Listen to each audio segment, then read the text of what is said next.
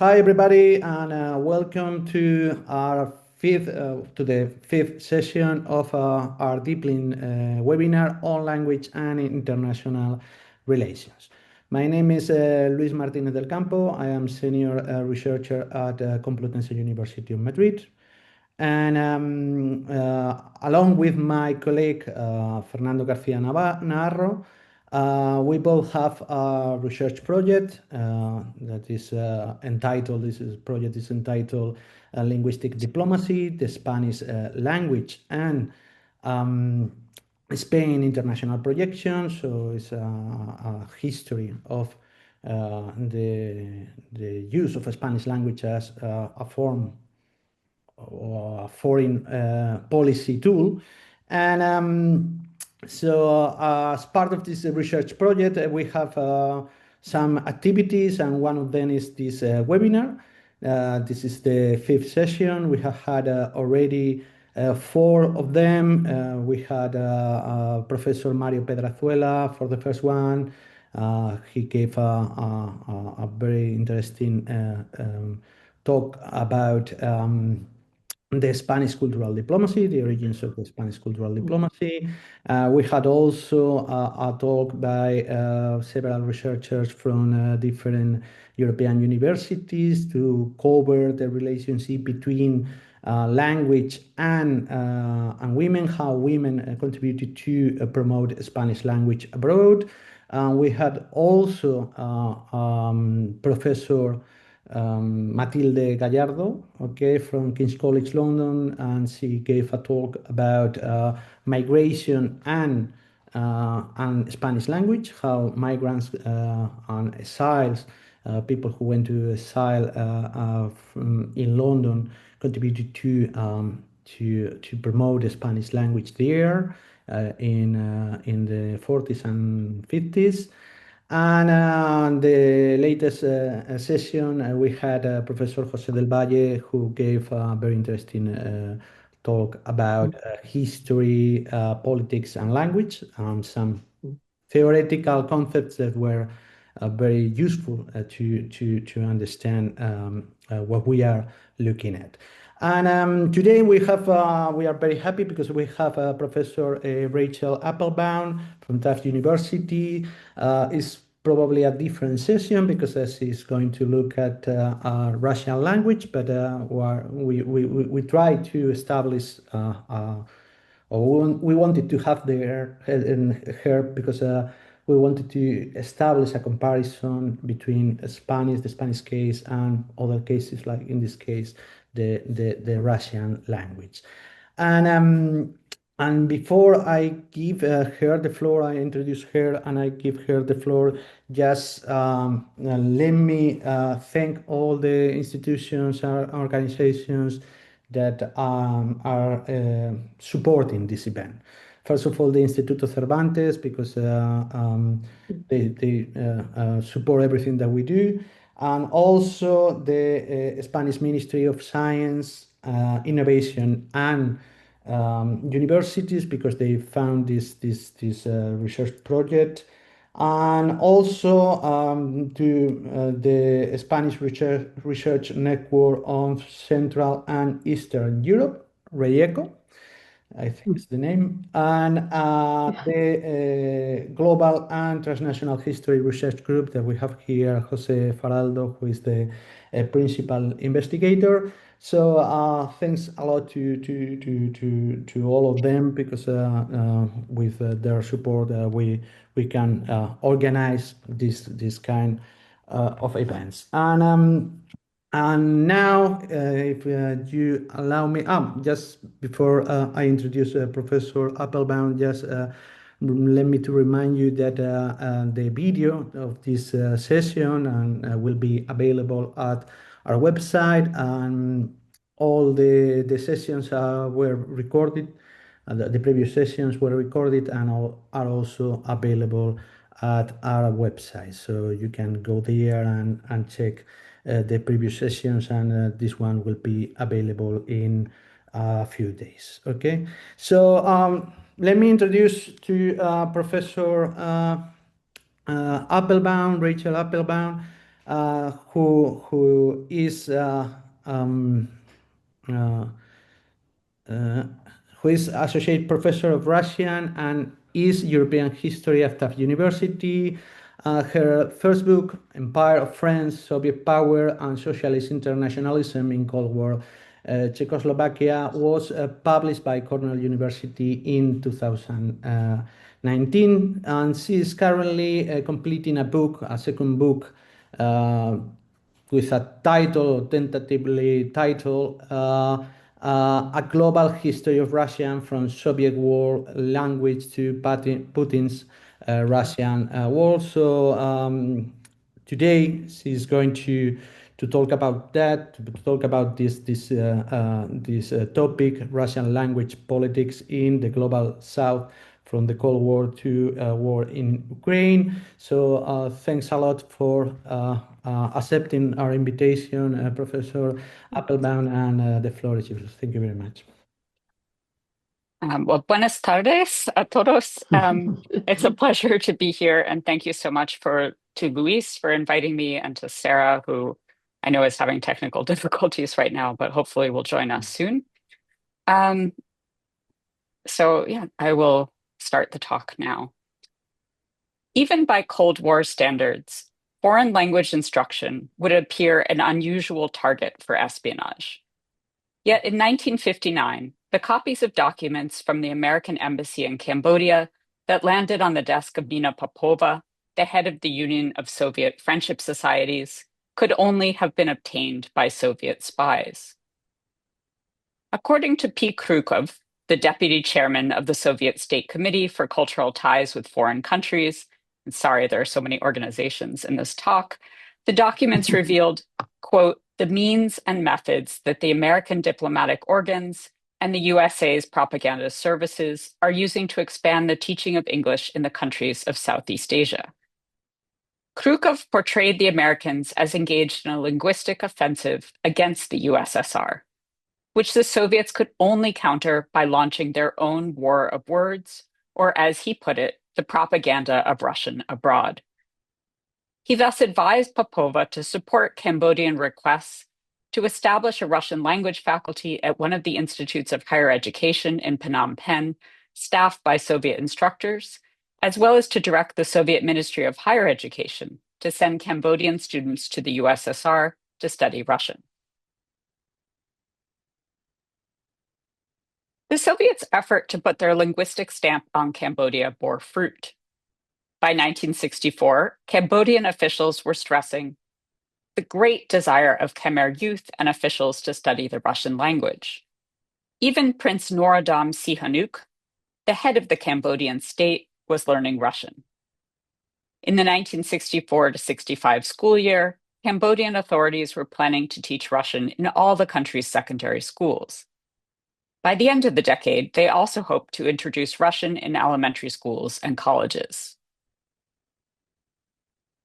Soviet anxieties about US efforts to promote English in Southeast Asia and their subsequent efforts to fight back by advancing Russian in Cambodia reveal how decolonization transformed foreign language instruction into a new and important contest between the Cold War powers. Soviet officials anxiously interpreted British, American, and French efforts to promote English and French language instruction in Africa and Asia as a danger to their own emerging interests in the newly independent countries. In response, they developed their own project to advance Russian on the two continents as a form of what we would now call soft power. Paradoxically, this project derived heavily from the very countries whose influence it was designed to combat. It also revealed the Soviets' misconceptions about their Western rivals. The Soviets believed that a new linguistic front in the Cold War was developing in Africa and Asia, in which Russian would compete against Western languages. By contrast, the Americans and British were more concerned about Soviet political influence in the newly independent countries and the prospect of Soviet instructors teaching English than they were about what they called the language of Lenin. So my talk today is based on my current book project, A Global History of Russian's Rise and Fall as a World Language from the Cold War to the War in Ukraine. Before World War II, French, English, and German were the most common languages employed by international organizations. They were also the most common living languages studied around the world. During the Cold War, Russian joined the ranks of world languages. It became an official language of international organizations, including the United Nations and UNESCO, and an important language in international scientific research. Diverse populations studied Russian, including elementary school pupils in Poland, housewives in New York, and factory workers in Afghanistan. I argue in the book that Russian's transformation into a world language was a global story that involved three interrelated processes. The first concerned official Soviet campaigns to use Russian abroad as a form of soft power in what I call the three worlds of the Soviet imagination. These were the socialist countries, the Western capitalist countries, and the, quote, so-called developing countries in the global South. The second process involved local government officials, academics, and ordinary people in each of these three worlds who promoted and participated in Russian language study for their own political and personal reasons. The third process encompassed the interrelationship between Soviet foreign and domestic Russian language campaigns. In the 1970s, as the Soviet government stepped up its efforts to make Russian what it called the, quote, second native language for the country's numerous linguistic minorities, state propaganda stressed the need for Uzbeks and Estonians to learn Russian because it had become a world language. At the end of the book, I examine how the decline of Russian status as a world language since the collapse of communism has helped fuel nationalist and neo-imperialist politics in the Russian Federation today, as well as Putin's attempts to once again promote Russian abroad. So I will begin my talk by charting the Russian language's spread beyond the USSR's borders in the post-war period. First, in the socialist countries of Eastern Europe in the aftermath of the Second World War, and then in the capitalist West following the launch of Sputnik, the first artificial satellite to orbit the Earth. From there, I will turn to the story of how, following decolonization, the Global South became central to Soviet aspirations to make Russian a world language. This segment, which is the focus of my talk, will concentrate on the competition between Russian and English in Africa and Asia. To conclude the talk, I will briefly discuss how the promotion of Russian has again become a strategic part of Russia's foreign policy under Putin. So I'll talk now about the spread of Russian in Eastern Europe and the West. The widespread study of Russian beyond the USSR's borders first began in the new socialist countries in Eastern Europe and East Asia in the 1940s, when local communist leaders made Russian a required foreign language in schools. These communist leaders saw Russian language study as a powerful instrument for their citizens to assimilate the Soviet model in politics, culture, and the economy. These leaders also imbued the language with utopian powers. For example, the Communist Party in Czechoslovakia instructed school teachers that Russian was no less than, quote, a tool in the education of the new man. In addition to propagating the language to school children, all of the Eastern Bloc countries established networks of Russian courses for adults. The purpose of these courses was to transform factory workers, housewives, and collective farmers into politically literate Stalinists.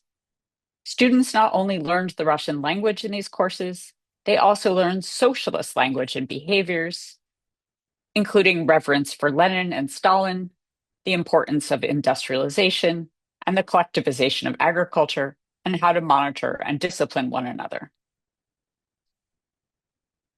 This is a textbook that you're seeing in the image for Russian courses for adults in Czechoslovakia.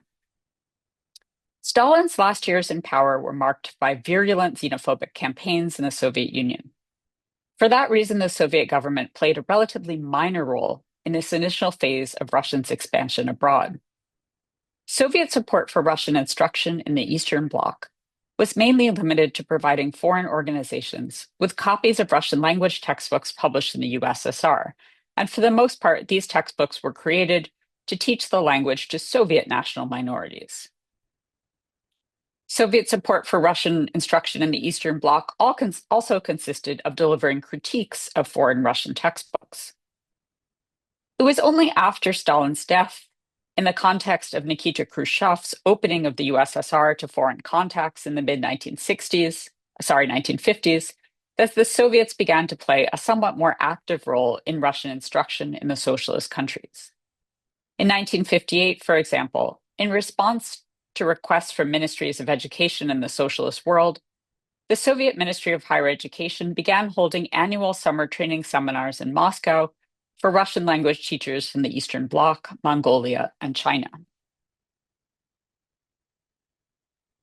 In the fall of 1957, the Soviets launched Sputnik. This event caused Soviet officials to become interested in promoting Russian beyond the socialist world's borders for the first time.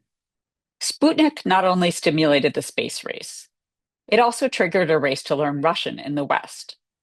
The study of Russian experienced a burst of popularity in the United States, Great Britain, and other countries, as Westerners scrambled to compete with Soviet scientific achievements. The American and British governments, for example, provided new financial support for Russian language programs, and the number of secondary schools and universities offering Russian skyrocketed in what contemporary commentators referred to as a Russian language boom. Sputnik not only heightened Russian's cachet in the West. In the USSR, it transformed the language into a new tool of Soviet cultural diplomacy.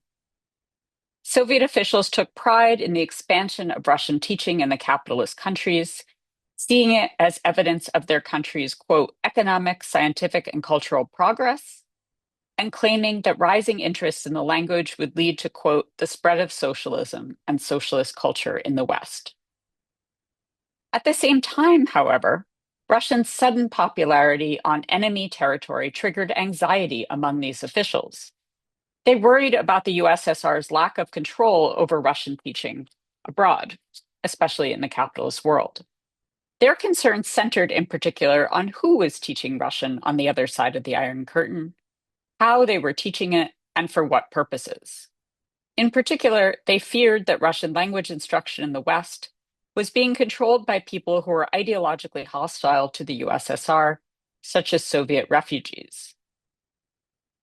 Soviet officials ultimately responded to the swell of Russian teaching in the capitalist countries by trying to co-opt it. A year and a half after Sputnik, the State Committee for Cultural Ties with Foreign Countries called for the Soviet government to invest heavily in the export of Russian abroad. Quote, Soviet institutions and organizations in charge of cultural contacts and foreign policy propaganda can and must play a big role in the promotion and expansion of Russian for popularizing the USSR's achievements. In response, Soviet officials and pedagogues began deploying strategies that they had first developed to help promote Russian to their friends in the Eastern Bloc, to influence their rivals in the West. These strategies included inviting Westerners, especially Russian teachers, to take courses in the USSR that combined language training, propaganda, and tourism, sending small numbers of Soviet teachers to the capitalist countries to teach Russian, and eventually developing Russian textbooks for export that accurately reflected Soviet reality. This is one of the most well-known textbooks that was developed in the late 1970s. And just as a personal note, was the textbook that I began learning Russian with in high school in the 1990s.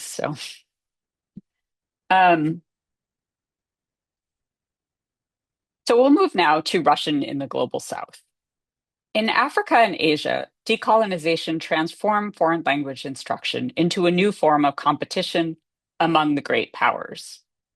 As the British and French empires crumbled, officials in the metropole turned to English and French language instruction to maintain their political and economic power over their former colonies. In the 1950s, the British Council shifted its focus on promoting English from Europe to Africa and Asia. In 1959, de Gaulle's government in France created the Coopérant program, which sent young people, mostly recent university graduates, to Africa to teach a variety of subjects in local schools, including French language. The goal of the program was to use education and language instruction to preserve France's cultural capital in its former colonies. In the United States after World War II, non-governmental organizations like the Ford Foundation initially argued that the spread of English in Africa and Asia could serve as a, quote, neutral vehicle to promote economic development. By the early 1960s, US officials came to view the promotion of English as a way to build political influence on the two continents. As the Cold War intensified, the United States Information Agency turned to English teaching to advance American interests in the global South. In 1961, John F. Kennedy launched the Peace Corps, which quickly became one of the most important US agencies involved in teaching English abroad. In 1959, Soviet officials warned that a new linguistic front in the Cold War was rapidly emerging in what they referred to as the developing countries.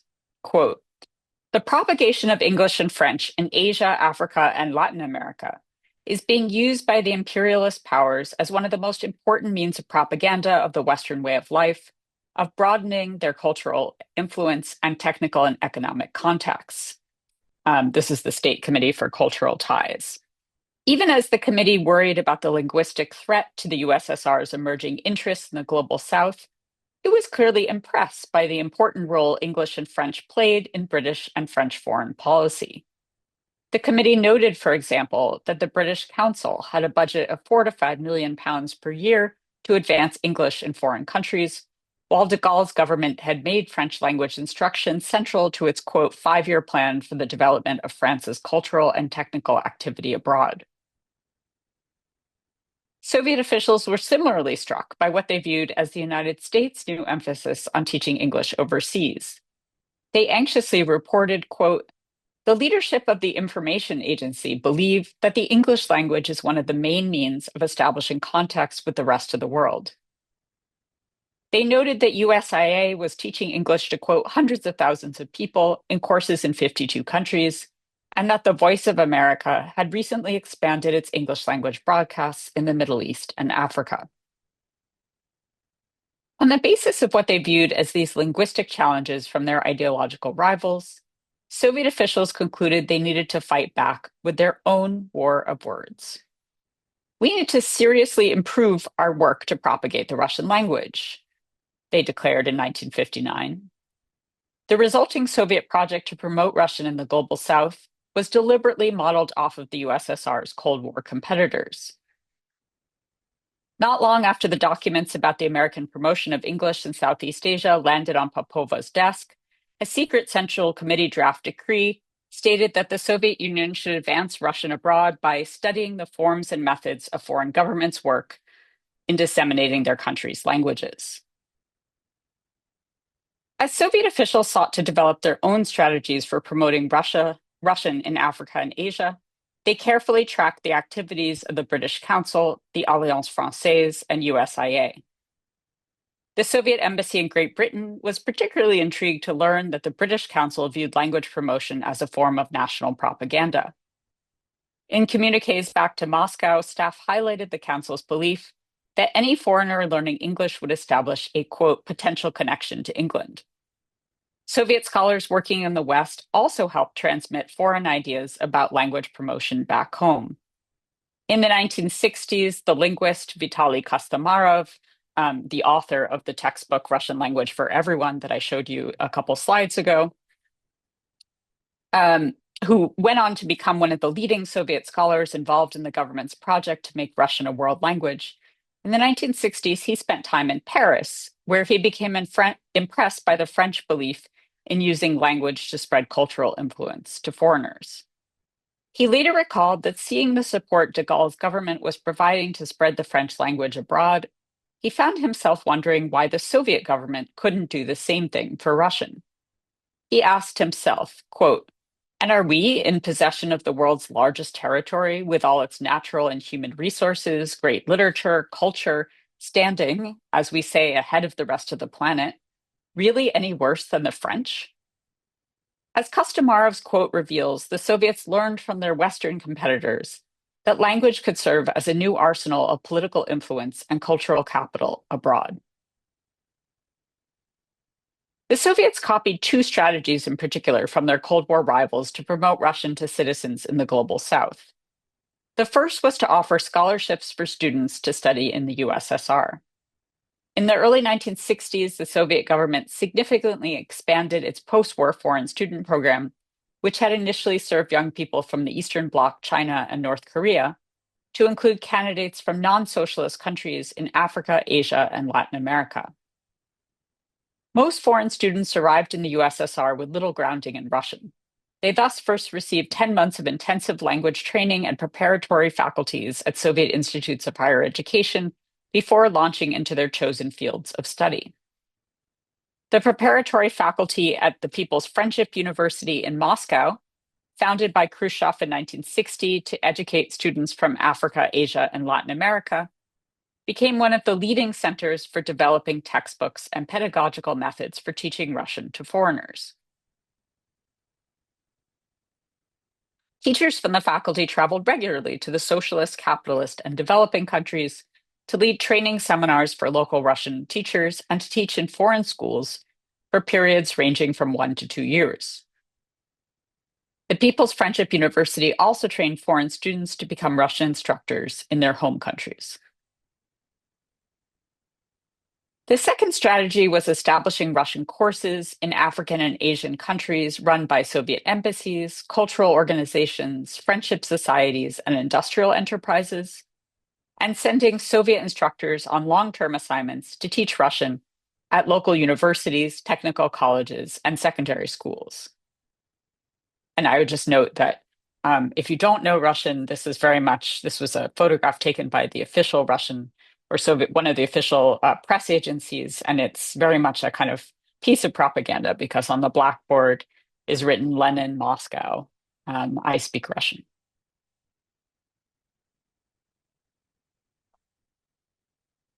The decision to export Soviet teachers was in part a direct response to Western development programs like the Peace Corps, which the Soviets viewed as a threat to their own interests in the newly independent countries. Over the next 20 years, Soviet Russian language teachers and Peace Corps English instructors worked in some of the same countries, including Afghanistan, Senegal, the Central African Republic, and Chad. In some instances, teachers from the superpowers even worked at the same schools. In 1974, for example, Terence Doherty, a Peace Corps volunteer English teacher at a college in Kabul, was startled when a Soviet instructor arrived and began holding Russian lessons in the classroom next door. The majority of the Soviet teachers who worked in secondary schools in Africa and Asia were women. This fact reflected the demographics of school teachers in the Soviet Union, where women made up over 70% of the profession in the mid-1960s. In the Soviet Union's relations with the global South as a whole, Soviet men predominated. They filled the majority of positions as diplomats, military personnel, and technical specialists. The Soviet women who were employed as teachers in Africa and Asia thus served as the de facto female face of Soviet foreign policy on the two continents. Teaching abroad provided these women with the rare opportunity to participate in international relations on their own, rather than as the wives of Soviet specialists. Soviet officials framed foreign language promotion in the global South as a zero-sum game, in which Western efforts to advance English or French would prevent locals from learning Russian. Quote, the USA, Britain, and France broadly propagandize in the countries of Africa and Asia the study of the English and French languages. They attempt this way to weaken people's desire to study the Russian language. The Soviets declared in 1959. This statement, however, highlights the Soviets' ignorance about the very people they were attempting to influence. It shows a lack of understanding, or at the very least a disregard, for the multilingual societies in post-colonial Africa and Asia, where children typically had to learn a second language, the former colonial vehicular language, to receive even basic formal education. When Africans and Asians did study Russian in secondary schools or courses at Soviet cultural centers, it was usually as a third or even fourth language. Furthermore, there was no logical reason why learning one Cold War power's language had to come at the expense of another. The story of Hawa Abdi, a Somali teenager, serves as a good example. In the early 1960s, Abdi began studying Russian at the Soviet Cultural Center in Mogadishu.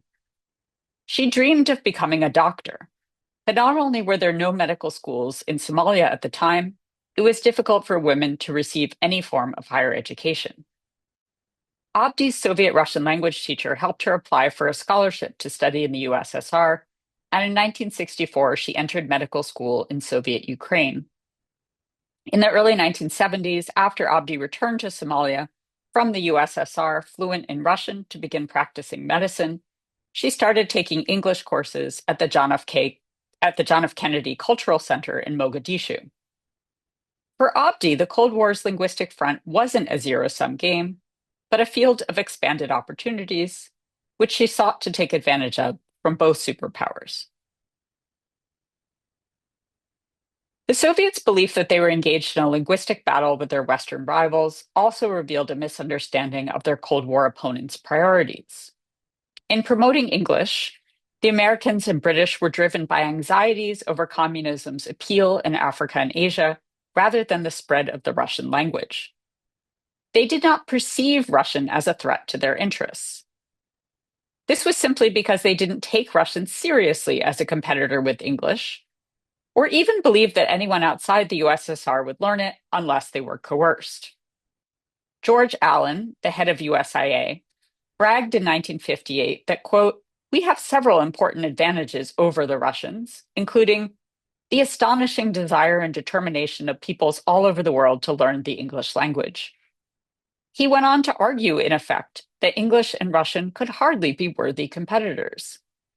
English, he contended, was the object of global attraction and enthusiasm, while Russian was only studied in the Eastern Bloc by force.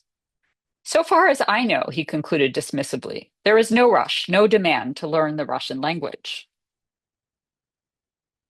In fact, what the Soviets viewed as a new Cold War struggle in Africa and Asia between Russian and English, their Anglophone rivals on the other side of the Iron Curtain interpreted as revolving solely over who would teach English. Furthermore, unbeknownst to the Soviets, in the initial aftermath of decolonization, US and British policies regarding the promotion of English in the global South were ambivalent and at times contradictory. The two countries' approach to English language teaching in Guinea serves as a good example. In the late 1950s and early 1960s, Guinea loomed large in Western anxieties about the future of independent Africa. After Guinea declared independence from France in 1958, the French abruptly cut off all ties with their former colony. Under the leadership of President Sékou Touré, Guinea established close relations with the Soviet Union and the Eastern Bloc. It was Touré's administration, rather than the American or British governments, that initially pushed English instruction in Guinea. In the first years after independence, Touré established English as a required subject in the country's schools and urged government officials to learn it. His embrace of English was primarily strategic, rather than ideological. It was a means of distancing Guinea from its former colonizer, as well as of establishing closer relations with Anglophone African countries.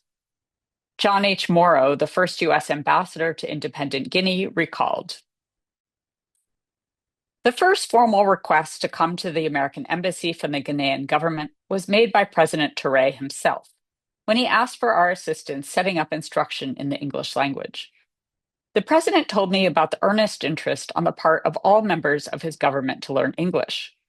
It had been necessary to use interpreters in conversing with Prime Minister Nkrumah of Ghana and President Tubman of Liberia. He indicated there was general agreement in Guinea that English should be the second language of the Republic." Morrow viewed the US government's response as wholly inadequate. "In an emergency, my country, with all its resources, sent only one trained English teacher to a country of 2.5 million people." British officials were similarly ambivalent about providing English language assistance to Guinea. In 1960, the Ghanaian government asked the United Kingdom to send 15 to 20 English language teachers to their country. The British Council, however, vacillated. In fact, council officials voiced suspicion of the Ghanaians' motives for wanting to learn the very language they were tasked with promoting. They worried that Ghanaians might use English to help spread communism in the region. We must ask what we are teaching English for in Guinea and what the Ghanaians are going to do with it when they have learned. Ultimately, the Americans and British came to believe, like the Soviets, that they were engaged in a battle not only for the hearts and minds of young Africans and Asians, but also for their tongues. They began to actively promote English on the two continents because they feared if they did not send their own instructors to teach the language, the Soviets would. Upon visiting Guinea in the spring of 1960, a British council official concluded that ideological concerns should not prevent the British government from expanding its role in teaching English in the country.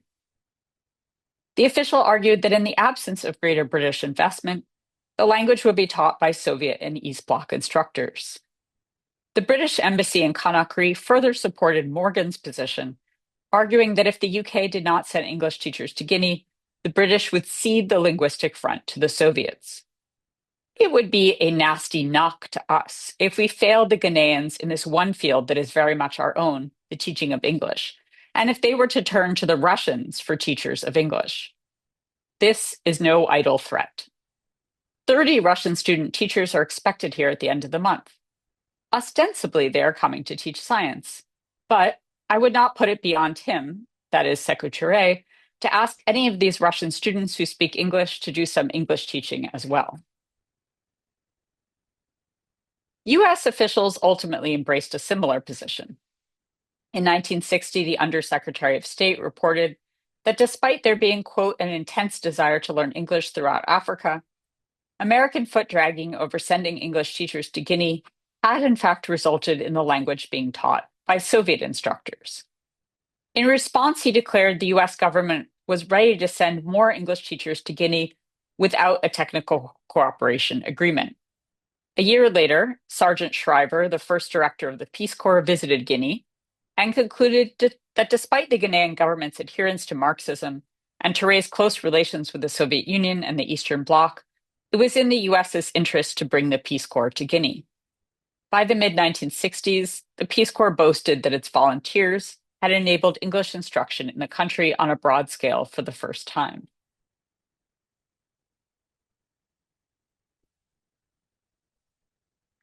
Although the Soviets saw themselves as fighting a new linguistic front of the Cold War in Africa and Asia, ultimately, by their own admission, the dissemination of Russian in the global South never came close to matching the hegemony of Western languages. For example, the number of Russian teachers the Soviet government sent to Africa and Asia never amounted to more than a fraction of the language teachers sent by their rivals. In the mid-1970s, which was the height of the Soviet government's campaign to promote the Russian language abroad, 460 Russian language teachers were working in the developing countries, compared with 860 Peace Corps volunteer English instructors and a whopping 30,000 French language teachers from France. This discrepancy stemmed from both a lack of resources on the Soviet side and African and Asian governments' concerns about the Soviets' political agenda, which caused them to limit the number of Soviet teachers. Yet Soviet officials came to argue that this linguistic imbalance actually revealed the USSR's moral superiority over its Cold War rivals as a country untainted by the stain of colonialism or neocolonialism. This argument gained particular currency in the 1970s and 80s when Moscow confronted rising nationalist movements in the Soviet republics focusing on language rights. As Ukrainians, Georgians, Lithuanians, and Estonians protested what they framed as the linguistic imperialism of Russian in their republics, Soviet officials turned to the spread of Russian abroad, especially in the global South, to defend themselves. They tried to contrast what they portrayed as the violent, oppressive history of the spread of Western languages to Africa and Asia during the era of European imperial expansion with the allegedly voluntary embrace of Russian in the post-colonial countries. In 1986, Sergei Sakhin, the deputy director of foreign relations at the Pushkin Institute in Moscow, argued, quote, in propagandizing the Russian language,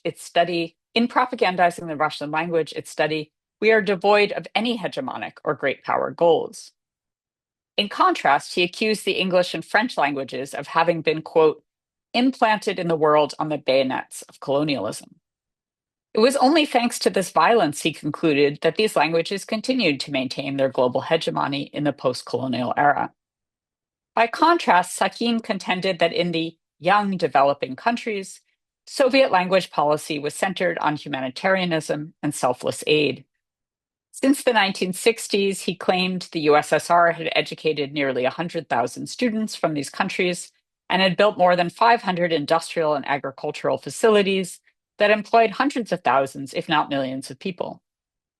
In the Soviets' view, the USSR had thus won the linguistic Cold War on a moral rival, even if its rivals never noticed.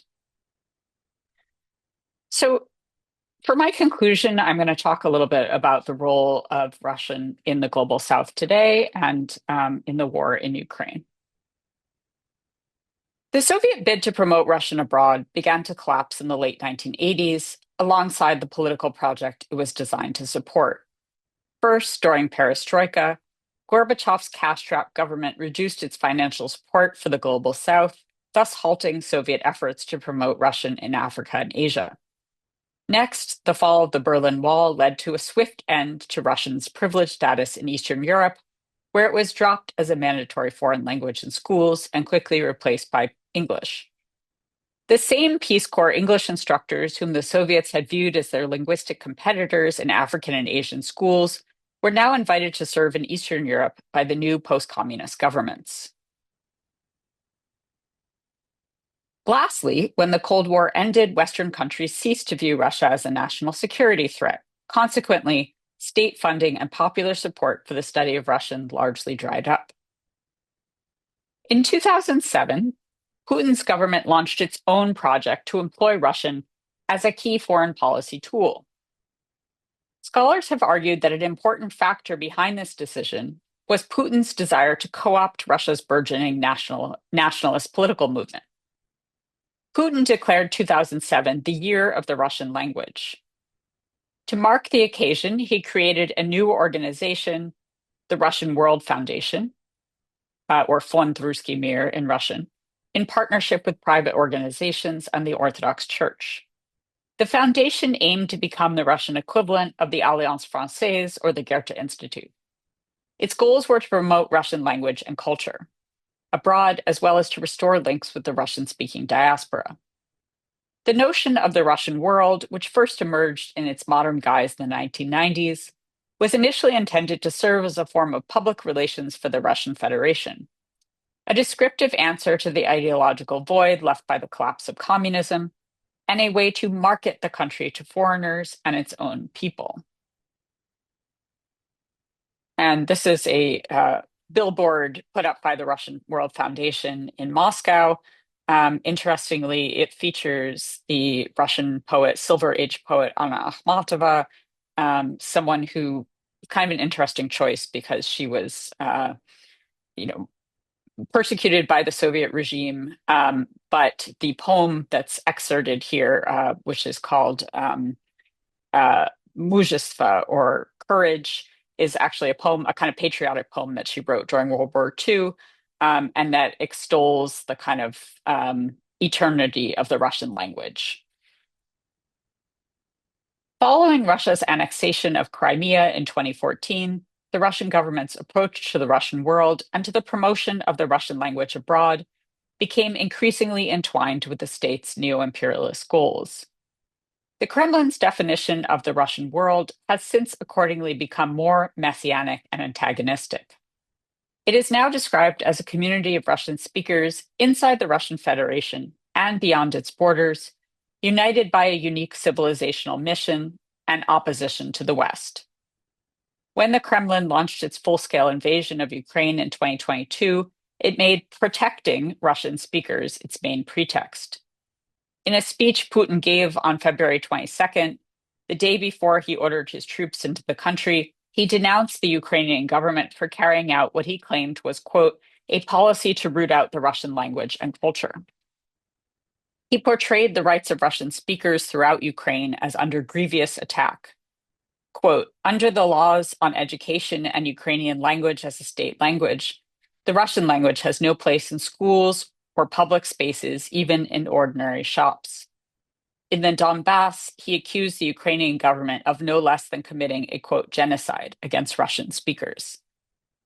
So the result has been a paradoxical situation in which the Russian government has been bombarding the predominantly Russian-speaking regions in eastern and southern Ukraine in an alleged bid to save the Russian language. The Russian World Foundation's website has since included regular updates on what it calls the special military operation, and the European Union, in turn, has put sanctions on the foundation for abetting the war.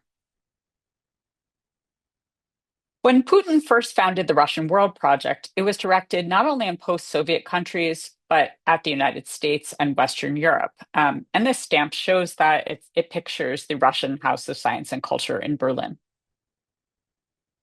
Due to Western sanctions since the war on Ukraine, the focus of the Russian World Project outside of post-Soviet countries has since shifted to the global South. This reflects the fact that many countries in the global South have supported the war in Ukraine. In recent years, the Kremlin has not only exported Wagner fighters to Africa, but Russian language teachers and textbooks. In a revival of Soviet-era policies, Putin's government has opened Russian cultural centers in countries like the Central African Republic, which are specifically aimed at reviving the role Russian played in local education systems during the Cold War. While Putin's efforts to restore Russians' prestige abroad rarely mention the Soviet project to make Russian a world language, they use many of the same methods. In addition to opening foreign cultural centers, the Russian Federation is yet again sending Russian language teachers to work abroad, as this article from 2024 in the newspaper Izvestia discusses. In Africa, Asia, and Latin America, the Russian World Foundation also relies on a mixture of Russian compatriots living abroad and Asian and African graduates from Soviet universities to popularize both the Russian language and the values of the Russian state. So this is a screenshot from the Russian World's website from last spring, and it shows there's an article about the Russian language in Ecuador becoming the window to the world of rich culture and history. And there's another article about the role of the Russian language. In Senegal, they consider that justice in the world is supported by Russia. So last spring, the spring of 2025, the Russian government created a new organization for promoting Russian abroad called the Eurasian Association for the Support of the Russian Language. Despite its name, this organization is not intended to be limited to the post-Soviet countries, but is supposed to include, quote, many countries in Latin America and Africa, where the Russian government says there is, quote, great interest in learning the Russian language. At a press conference announcing the organization's founding, its chair, Russian Duma member Aldona Arshinova, declared, our mission is to oppose the collective West, which is aggressively drowning everything Russian. Her remarks suggest that the Kremlin once again sees itself as involved in a war of words with the West. This time not over Russian versus English, however, but over the fate of the Russian language itself. So that's the end of my talk. Thank you.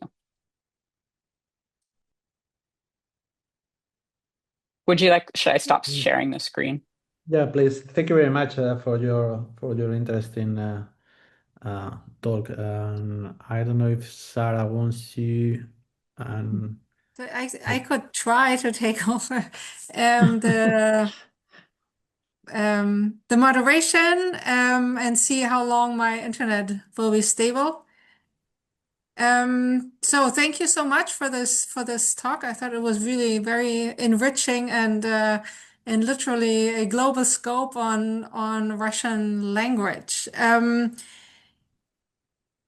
Well, I do have a couple of questions, but just for all the others that are with us at the moment, you can raise your hand and then ask your question directly. You can also add your questions or comments to the Q&A section or the chat, and we can read those questions for you. And the first one who actually has a question is Jose. Yeah. So thank you so much. Really, it was amazing. I really like a lot, because this is a topic I have always believe someone has to do it. Really. So thank you so much, because I have learned a lot from your talk. I had some questions, but they are, I think, of course you had show us a very bright, a very wide panorama of the Russian language, the global Russian language.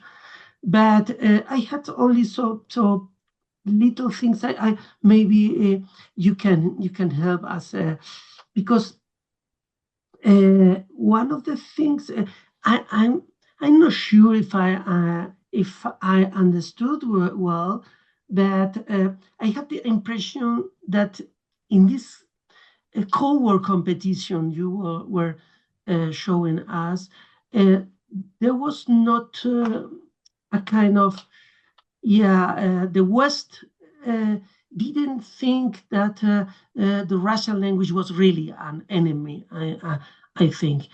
But I remember, maybe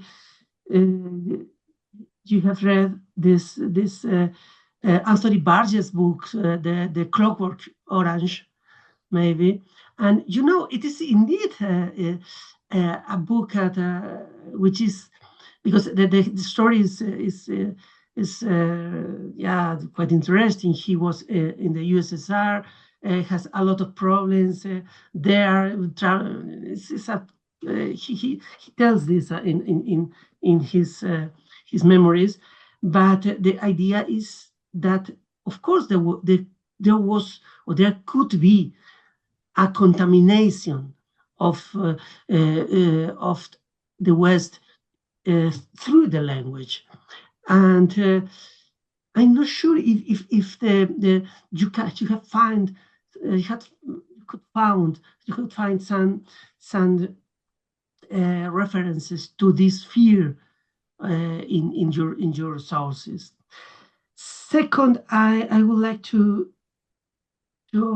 ask you is maybe a little bit more about. I would like to know a little bit more about the Russian language teachers who were teaching, for above all in the West at the beginning, because for us, I don't know if you know this thing, but because I was learning Russian in the 80s in Spain, and with this Russia, Русский язык для всех, of course, but my teachers were the so-called children of the war.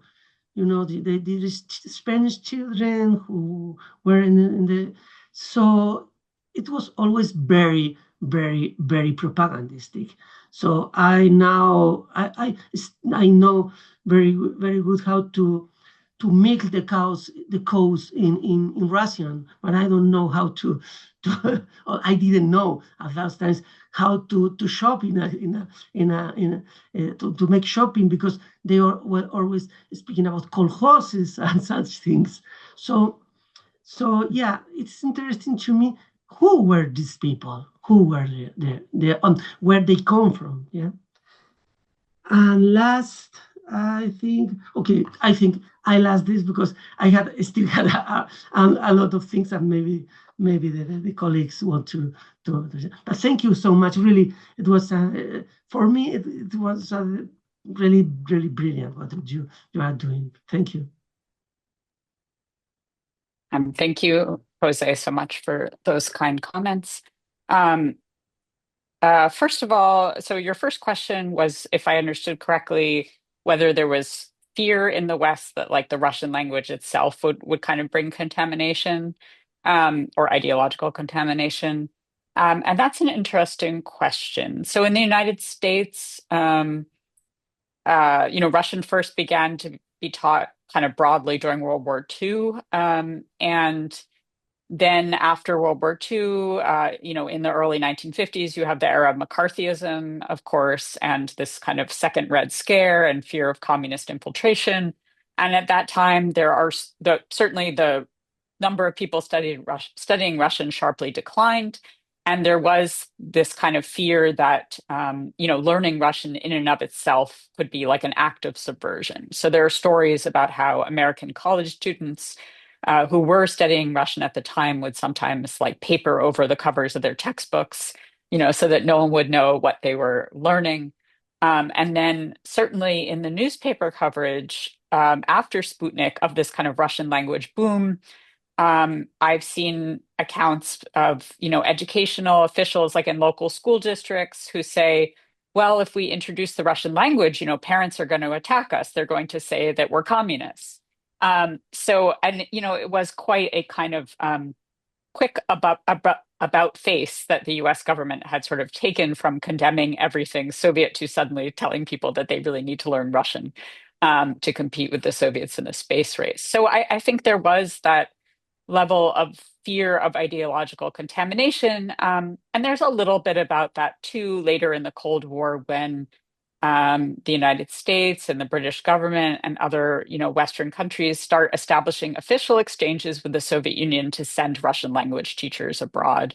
There is also always some concern of like these teachers' political motives, but there is also a kind of a desire by educational officials and government officials in the West by the late 1950s, early 1960s, like we have to learn the language as it's spoken in the Soviet Union. If we really want to compete with the Soviets, we can't just have these Russian emigres teaching who emigrated in the 1920s or the 1910s and don't know modern Russian. They don't know all the Soviet vocabulary, et cetera.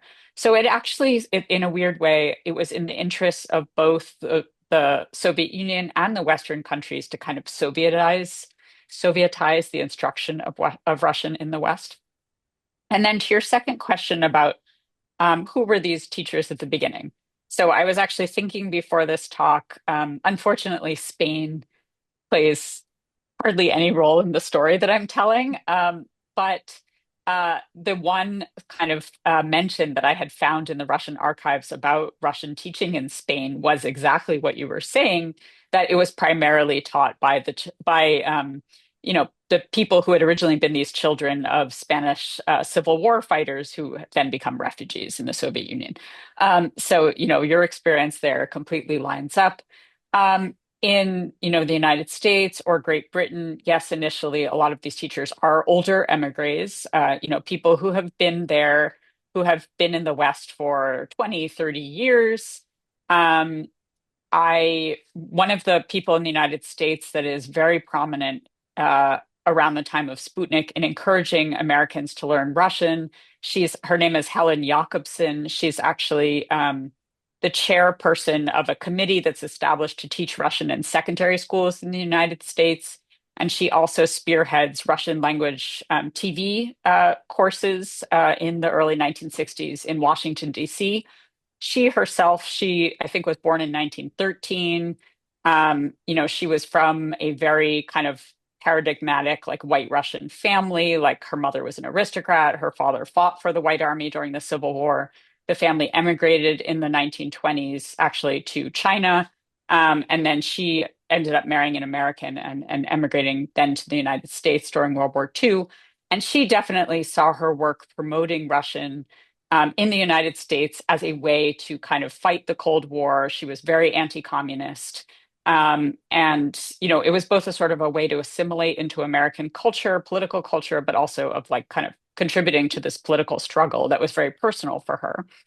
But then there's other people I profile in the book. People had very idiosyncratic reasons for wanting to learn Russian and teach Russian. So I profile like a woman named Margaret Drucker, for example. She was an American born in the 1930s who had studied at Smith College, first learned French and German in the early 1950s, and then ended up living in Munich for several years where she met Russian emigres. She was quite cosmopolitan. She had traveled to Yugoslavia, spent a lot of time in Yugoslavia, actually learned Serbo-Croatian.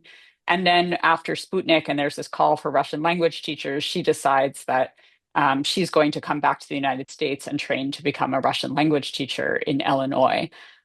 So, there's a sort of variety of reasons, but I do think broadly speaking, it's like first generation are these emigres, and then you have the second generation is largely not emigres. It's people who answer this call for more Russian teachers for a variety of reasons, some political, some cultural, some personal. Okay, thank you. So maybe I would have a follow-up question to that. You mentioned that especially in the 1970s, the majority of the Russian language teachers in Asia and Africa were women. And so I wonder about their motivation and their ability to choose the destination. So is there and maybe even their interest in joining this I don't know, this mission, I guess. Or if it was even seen as a mission, or rather a possibility maybe to leave and see something else. I don't know. So rather those, and then also from the perspective of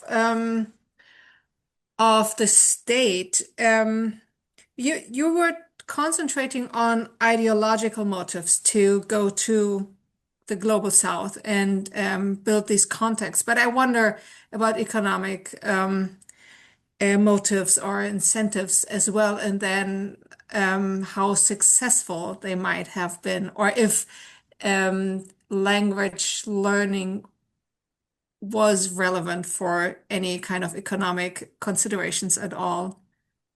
Thank you. Great. Yeah, so these are two good questions. So on the question about the teachers, and first of all, no, you didn't have choice about destination. I mean, you had choice whether you went abroad. You weren't forced to go abroad. But if you went, the teachers had various backgrounds. Some of them were secondary school teachers in the Soviet Union. Some were teaching Russian in the Soviet Union, either to native speakers or to national minorities. Others at the university level, were working in universities, and there, the state in the early 1960s establishes this reserve system of specialists to be sent to the global south, not just to teach Russian, but to teach other subjects as well. So people will be trained in French or English usually, with the idea that, like, if you're trained in French, eventually you'll be sent to a French-speaking country. So it'll be a francophone country, but you don't know where. I mean, it could be France because teachers are also going to the West. It could be Cambodia, it could be Senegal or wherever. The motivations, I would say the two major motivations are kind of money and adventure. These positions were pretty well paid. And especially compared to teachers' salaries in the Soviet Union, they were extremely well paid. Teachers were paid in hard currency. So this was an opportunity to save money. That was what usually happened was people saved money for a couple of years. They came back to the Soviet Union. They were able to, get a nicer apartment or car. And that, so that was a form of upward mobility. You also, because you had this foreign currency, could shop at the Beryozka stores, these specialized stores that are you can only pay in hard currency. So that is certainly a motivation. Another motivation, I think, really was this quest for adventure. That's what I see in a lot of the memoirs. I think the memoirs also, people don't want to talk about the financial motivations because maybe that looks a little bit like crude. But I think, most Soviet citizens didn't have the opportunity to travel abroad at all. If they did, they went to the Eastern Bloc on very carefully managed package tours. They were on a bus most of the time with a trip leader. And so this was an opportunity to really live abroad more as an expatriate for a couple of years and really be immersed in a foreign culture. And that was something very attractive. And also, I think, there was a sense, again, like I said, that these foreign relations really were like a kind of very masculine world in the Soviet Union. And I think for women, this was like their one kind of entree into that world. And I mean, I had the privilege of like at the State Archive in Moscow, there's all the reports that these teachers filed with the ministries of education, and they're really interesting. And those reports, the teachers often frame themselves as like sometimes they'll call themselves like we're ambassadors of our country. So they use this kind of language of foreign relations. And I think some of them really did kind of take that to heart and think that like, oh, maybe on some level we can even sort of influence policy or, we're the ones that are really working on the ground and knowing what's going on in kind of everyday life. So that was exciting. To your question, about economic motives for teaching Russian.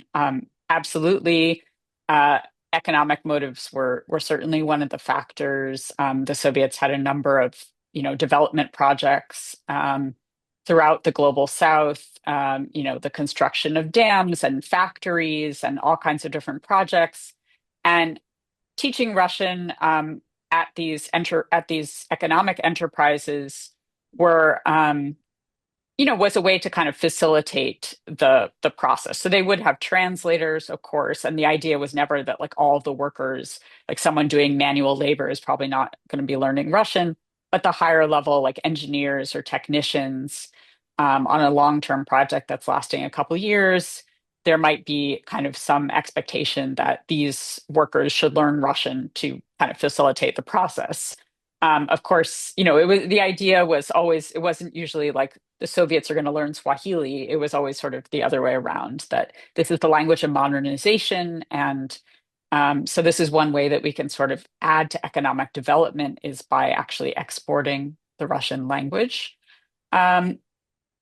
But also a lot of those courses were actually taught ad hoc. So it's a kind of interesting thing that a lot of them were actually taught by the wives of Soviet specialists on the ground, or translators themselves, which does indicate that there does seem to have been like local desire for those courses.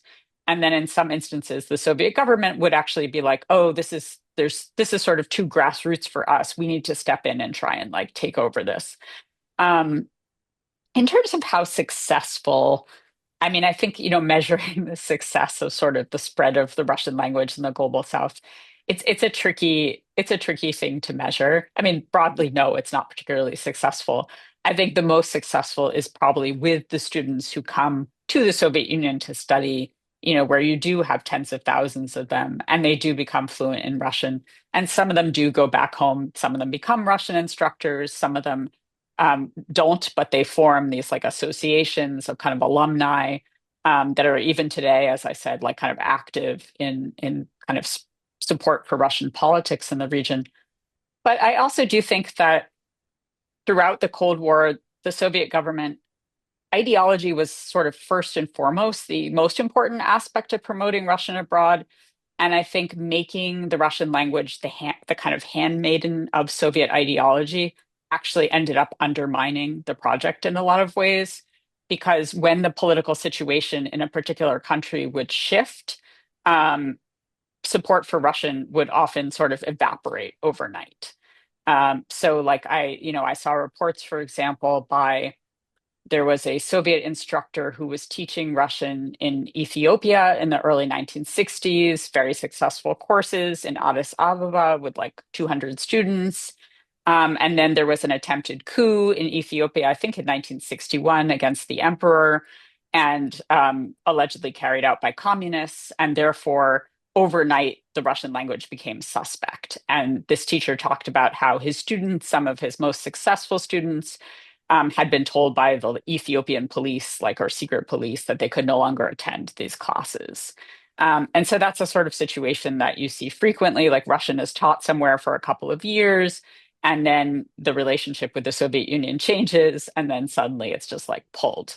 And so it's never coded as kind of neutral in the way that I think English, to some extent, like the US and British governments were more successful at trying to kind of code English as a neutral language of economic development in the global South. Thank you. We do have one question in the chat, which I will read to us. And of course, this also serves as a reminder that everyone can join the discussion, post questions as they wish. Jose del Valle asks a question, and he is wondering whether you have looked into the USSR-Cuba relations. So the question would be, did the USSR run Russian language programs for Latin Americans through Cuba? And did Cuba run Spanish language programs for citizens of the Soviet Union? Thank you for that. So Cuba is not one of the kind of case studies in my book, unfortunately. I did look at some documents about Cuba. Certainly, the Soviet Union was sending teachers to Cuba, in the 60s and 70s and probably in the 80s as well. And to a variety of to regular Cuban schools, like secondary schools, as well as to like military training programs, for example. And from what I saw of those documents, I mean, I think that the Soviet instruction of Russian abroad, it doesn't really differ that much, strangely, depending on what country those teachers are going to. This was another weakness of it. So even if it's a socialist country versus a capitalist country versus a quote unquote developing country, they often use the same textbooks. Like they had one textbook for Francophone teachers, for example, that people would use in Quebec, they would use in France, they would use in Senegal. So there was no attempt to kind of differentiate that instruction. And again, from briefly what I saw of those documents from Cuba, I think the approach was very similar to other countries. Obviously, there's an emphasis on certain themes of kind of like building a socialist society, like you want to talk about communist youth groups and education and things like that. In terms of Cuba establishing Spanish language education in the Soviet Union, not as far as I know, but that wasn't something that I specifically looked into. As far as I know, I mean, there are exchange programs with different countries to send their language teachers to the Soviet Union. So certainly American English teachers, British English teachers, French language teachers from France, like they do come to the Soviet Union in the 60s and 70s. Small numbers of them come. I don't know whether Cuban teachers did that in terms of teaching Spanish. But I would say sort of punting a little bit, but speaking more broadly, I think one of the interesting things about this project to make Russian a world language was it also did necessitate kind of internationalizing the Soviet Union further and increasing foreign language education in the Soviet Union, partly because they wanted teachers to go abroad and they wanted them to know foreign languages. So therefore, they started teaching foreign languages on a broader scale right around the time of Sputnik. So it's also, of course, after Stalin. So that's my sort of way of punting from Cuba, but certainly I'm sure that it would be possible to do a whole project on, Soviet-Cuban relations with language at the forefront. So, Jose de Valle commented a little more. He said, he was in the USSR in the early 1980s, and the tour guides had learned Spanish in Cuba. Mm-hmm. So it is based on his personal experience as well. Maybe if I can Jose, follow up, because it's this about the same, because it's a pity that because Diego was before here, but he had to go, and he knows a lot about the topic. But there was indeed the USSR sent to Cuba advisors who were Spanish excellents there, and many of them were there were people teaching there too. I know for sure. So possibly I'm not sure if Russian, but I know they were teaching. So possibly some of them had to do with this, and of course, for example, my Polish book was a Cuban book. When I was learning Polish in Poland, my book was a Polish book. So it's possible that That's very interesting. sorry, it was a Cuban book. So sorry. Yeah. So maybe you can find some interesting differences there from other countries, because there is this different connections that you cannot find maybe in Africa or in even in another American countries. Thank you. Sorry. Thank you. No, that's very interesting. I love hearing people's personal experiences. It's really interesting. I can imagine that this actually is a topic where you get often personal responses. Luis. Yeah, thank you, and thanks a lot for your inspiring talk. I think we have learned a lot, and I think we can establish some a comparison to what we are looking with our project. And I would like to make 2 million questions, but I'm going to make only two. And one of them is in relation to something that you have said about these teachers that sometimes consider themselves as, let's say, cultural ambassadors or something like that.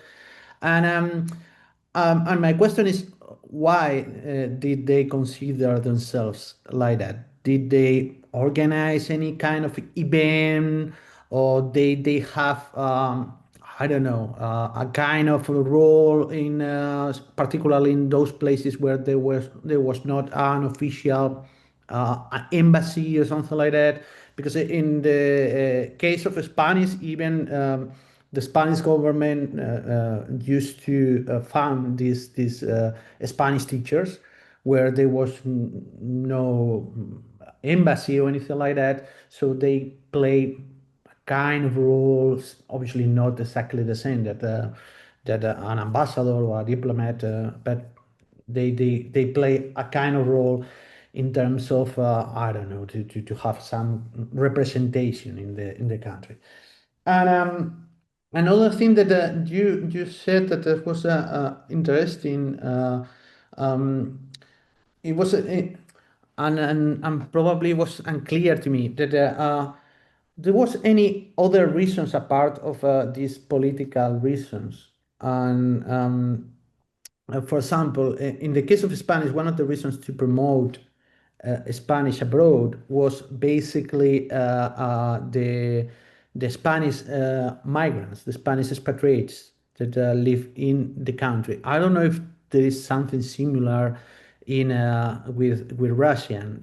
If the Russian government tried to promote the language in order to avoid second generations to get assimilated in the host country culture, or is something that it doesn't have anything to be with Russian. So thank you very much for your talk. It was extremely interesting.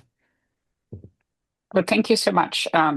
Yes, so in terms of cultural diplomacy, yes, this was one of the central tasks of the teachers. They were supposed to, if possible, the political situation was different in each country, but if possible, they were supposed to kind of host events, extracurricular events, at the schools where they worked, celebrations of Soviet culture.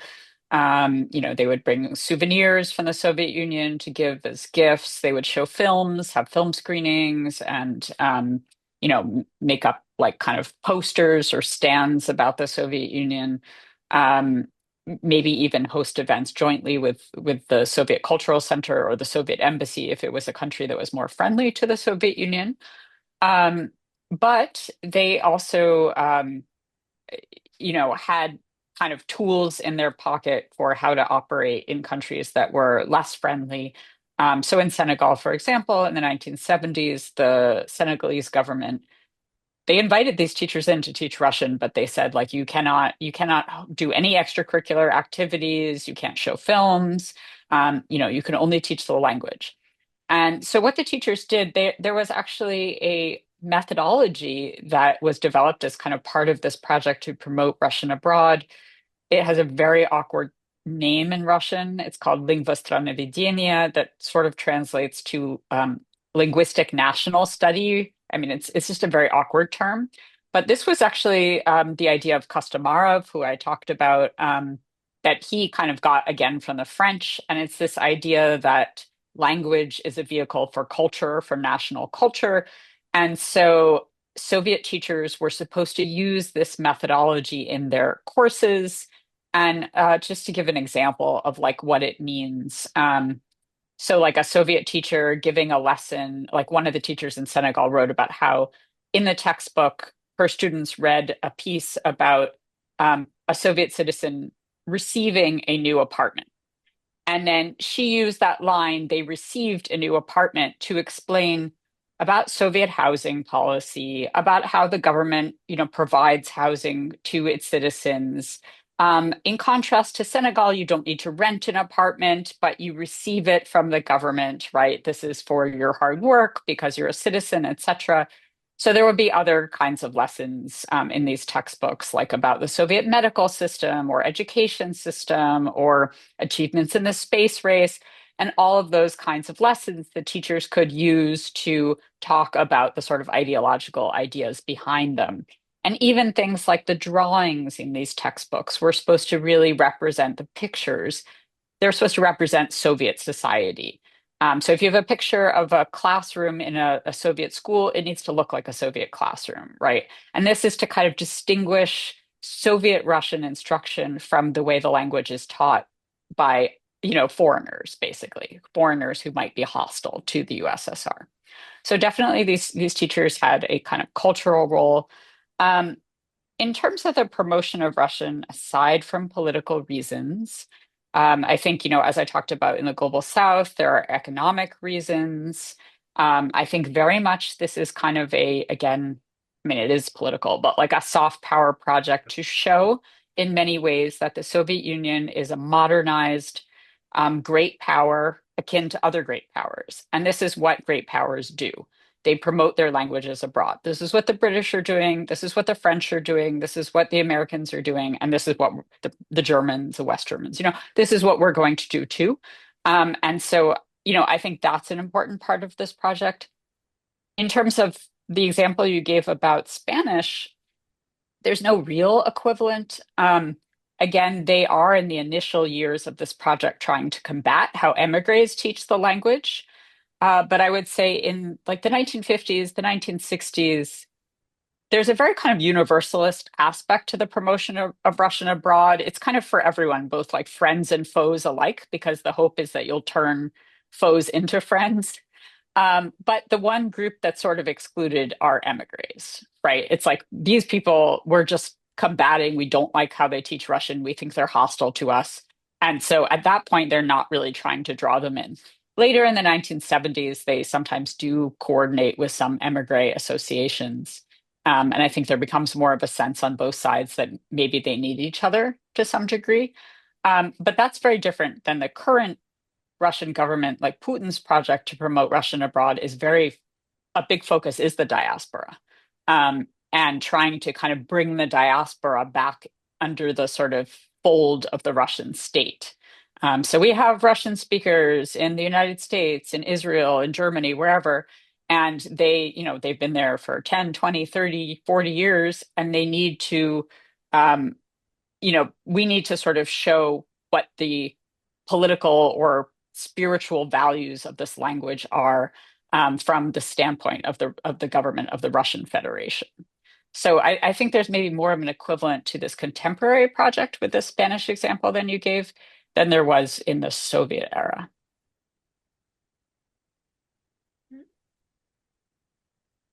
Okay, thank you.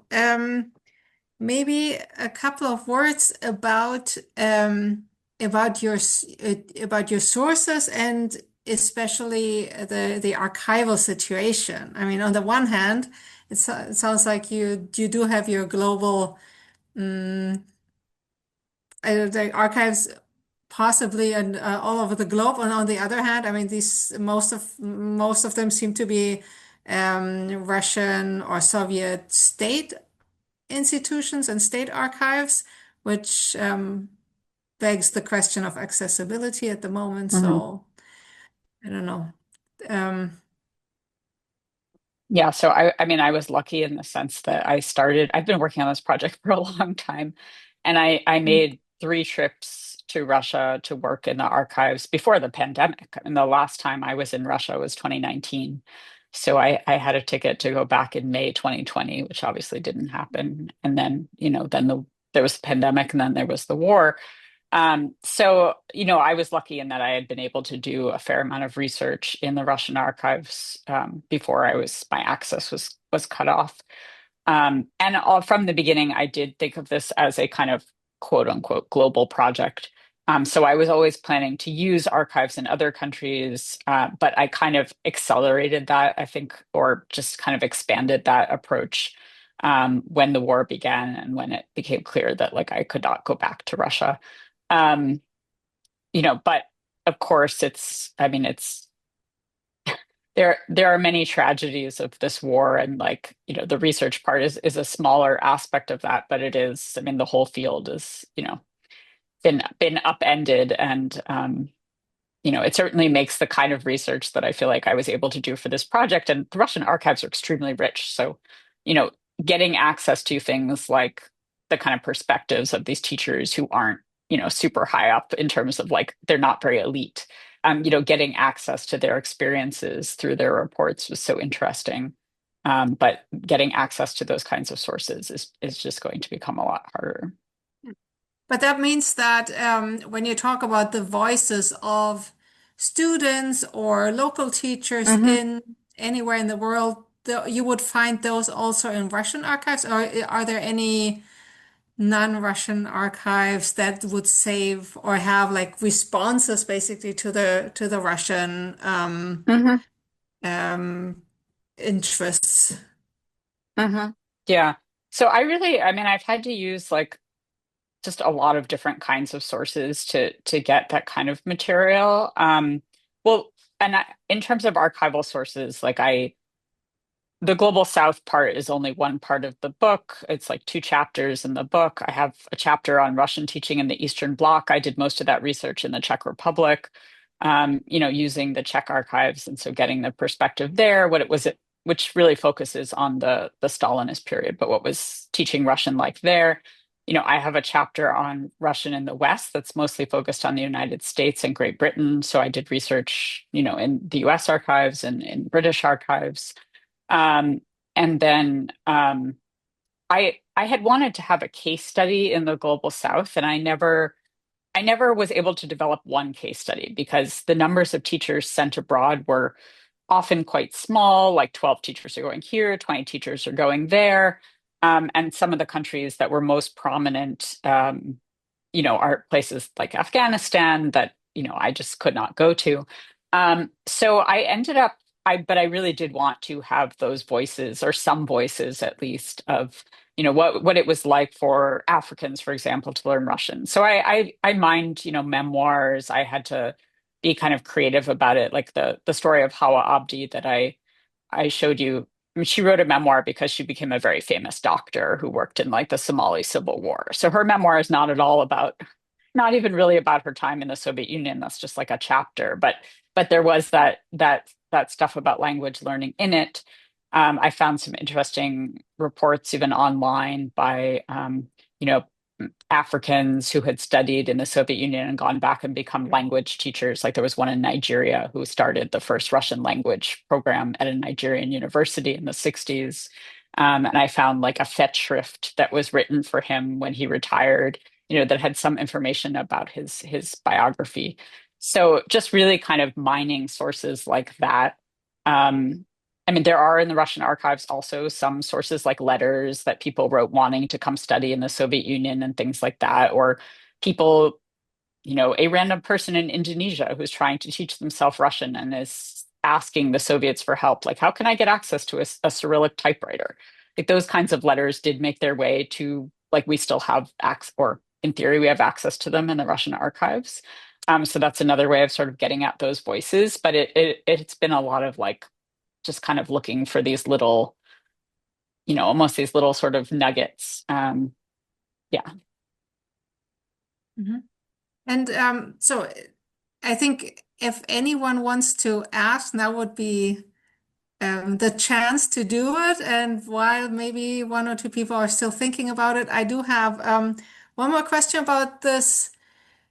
Basically, the structure of the book as you presented it, and I'm still thinking about this last. I don't know. So this would be the question: if it's the last chapter or just I don't know, an outlook. So this the current situation, the retaking Russian as a global language and trying to spread it, but under a different heading, let's say, or under a different with connected with different values, maybe.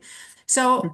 Um, Except that it's the same language. Is it, how well does this fit really this narrative? Or would you say that I mean, it is interesting to see that that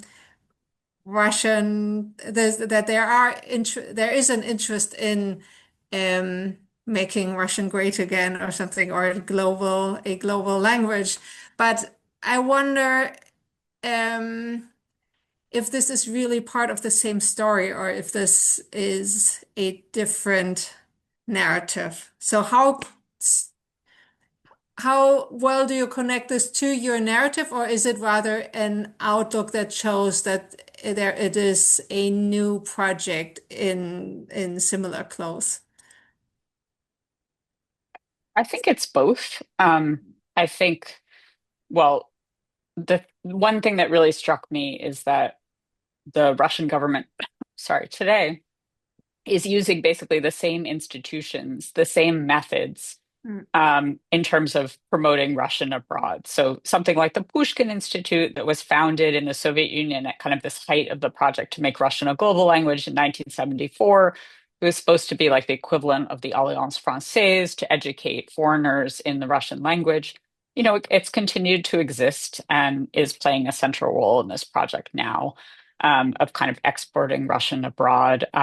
They have certain events, like in the 1970s in the Soviet Union, they started these Olympiads, these competitions, these Russian language competitions, where they would invite foreign teenagers to the Soviet Union and sort of give them like the red carpet treatment, take them to the Kremlin, and they would have these competitions for, who has the best Russian, and they could win medals. It was modeled on the Olympic Games. They've continued that today, so that still exists. There was a little bit of continuity in personnel. So Vitaly Kostomarov, he, again, who was really sort of the architect in many ways of this Soviet project to export Russian abroad, he was also, like, in the 1990s, when funding for, promoting Russian abroad had basically totally dried up, he was lobbying Yeltsin's government to kind of start it again. And interestingly, for someone who had sort of begun his career talking about how the Russian language should be a vehicle of like kind of Soviet values in the 1990s, he says, like, well, Russian is, it's a symbol of the Orthodox Church. It's a way of like doing business. So he kind of brings in the new aspects of Russian society in the post-Soviet period and kind of folds them into this project again. But he becomes a member of this. I can't remember exactly what his function is, but he's some sort of, on the board of the Russian World Foundation until his death in 2020. So he's a figure that kind of bridges these two periods. The contemporary project also uses a lot of the same language as the Soviet period. They'll still talk about Russian as the language of space exploration. It's the language of like science and whatever. But there are also, again, as you suggested, really new aspects to this project. As I said, in the Soviet period, it was kind of capacious and universalist in the sense that it was basically intended for anyone. It really didn't matter what their ideology was, because the hope was that by learning Russian, even if this person is like an enemy of ours, they might actually become a friend. So that possibility of sort of building friends was really open. And now I would say the rhetoric, at least from the Russian World Foundation, about exporting Russian abroad is much more kind of narrow. It's not I mean, it's not based on ethnicity, but the idea is that people who are part of our Russian world support our values, right? So they already kind of support Putinist values and all that that entails, from things like family values, your position on LGBTQ, like all these things that really don't have anything to do with the Russian language get folded into this project. And the Orthodox Church now obviously plays a role in the project that there's no equivalent in the Soviet period. And I also, lastly, I would say that in the Soviet period, I think this project was largely a kind of optimistic project that the Soviets really believed, I think, that, Russian was this vehicle that could help sort of more people support the USSR. And at least in public, the rhetoric was like completely positive and optimistic. Whereas in the Putin, in the current era, particularly since the war in Ukraine began, a lot of the rhetoric about exporting Russian abroad is sort of defensive. It's that we're under attack. It's that our language is under attack, that we need to preserve it. So it's a much more, and a kind of language of grievance, right? These are the way Russians being canceled. There's a lot of talk about it's being canceled in the West. They're not performing Tchaikovsky and things like that. So I think in that way, it's a very different project now. Okay. And so Luis, Yeah, I have two more questions. Hopefully, it's not too much. But basically, this is in relation to the reception in the countries where this language was taught. I don't know if the political promotion or the promotion for political reasons suit somehow the ordinary people interests. Because, for example, I'm thinking of a Spanish language that in the UK was somehow introduced more or less at the same time that Russian. And one of the reasons why Spanish was introduced in many schools was during the First World War, because they wanted to replace German with Spanish. But in real terms, the point is that many schools dropped the language because students didn't want to learn Spanish. So I don't know if it is the case with Russian. And also, I would like to ask you a very close, very similar question in relation to the other countries that were promoting Russian. It was Russia the only country promoting Russian, or countries like, for example, the UK wanted to promote for other reasons, as I mentioned in the case of the Spanish with to replace German during the Great War, or there were other countries trying to promote Russian for economic or political reasons? Thank you. Yeah, thank you. So, I mean, the reception question would be sort of different in every country, and depending on the time period. So it's complicated. Um, like in the Eastern Bloc, it's an obligatory language. You have to learn it. It's certainly by the later socialist period largely very unpopular, and particularly after Hungary in 1956, after Czechoslovakia in 68. But in the early Stalinist years, certainly among communists, it was quite popular. And, there was this idea that building societies in the Soviet image meant learning Russian, and that the language was more than just a language. It was kind of a way to actually transform yourself, to kind of build a new man. Um, in the West, again, like there the initial explosion of interest in Russian is not driven by the Soviets at all. It's because of competition. It's because we want to get ahead in the space race, and so we need this for science and technology. So it's something that starts locally, and then the Soviets get involved, and that is like a kind of short-lived phenomenon. It's just a few years. This kind of panic after Sputnik that starts to abate by the early 1960s as like the US is more successful in the space race. And also that people do discover that it's hard to just instantly start all these Russian language programs. You have to train teachers. They were doing things actually like training Spanish teachers in the US to become Russian teachers, like, you know, in a matter of months. So that often didn't go very well. And, you know, because of that, and there are traditions like, you know, it was often the tradition that students would study Latin in the UK in particular. Like if you wanted to get into certain universities, you had to have Latin, or you had to have French. And so there was adding in another language of Russian was always complicated because those university entrance systems didn't really change. Um, so again, I think it just sort of depends, you know, and again, like in the global south, when Russian is taught, it's usually taught like in a secondary school. It's one of like 4 or 5 foreign languages that a student can learn. So they're often, if it's a francophone country, they're actually often required to learn English as another foreign language. And then they can pick another language. Maybe it's German, maybe it's Spanish, maybe it's Arabic, maybe it's Russian. And so it's a minority of students, you know, that are choosing Russian. So I wouldn't say it's like extremely popular or anything like that. Um, and then you were asking about whether like other countries were promoting Russian abroad or like, No, I mean I don't, in their own countries, like right.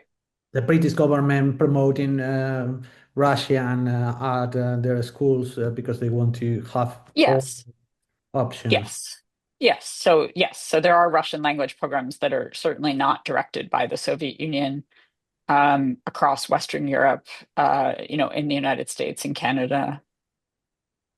Yeah.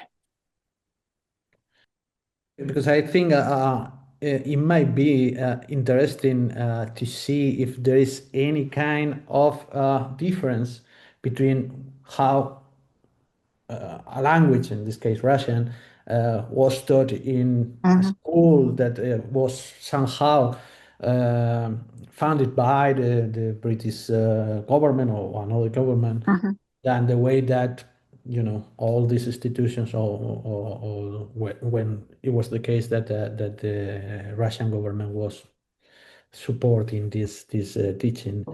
Because I mhm, think somehow what you mentioned about, for example, the housing, the article about the housing situation in Russia, I think is very interesting, and how they introduce all this ideology, and mhm. so so very, very interesting. Thank you very much. I don't know, Sarah, if you want to say something else, or just to we can finish here. Or Only I want to really again thank you, Rachel. Really, it was very frank to me. Really, thank you. okay, so Thank you so much. so maybe we can finish here. Again, thanks a lot, Professor Applebaum, for your talk. It has been very interesting, and we are very, very happy to having you. And thanks a lot to all of you for attending this session. As I said, we will upload the video in a few days to our website, and also you can find this video on YouTube, on the Fundación Complutense channel. So you can see the video again there. So thank you very much, and have a good day. Thank you to all of you. It was a real pleasure. Take care.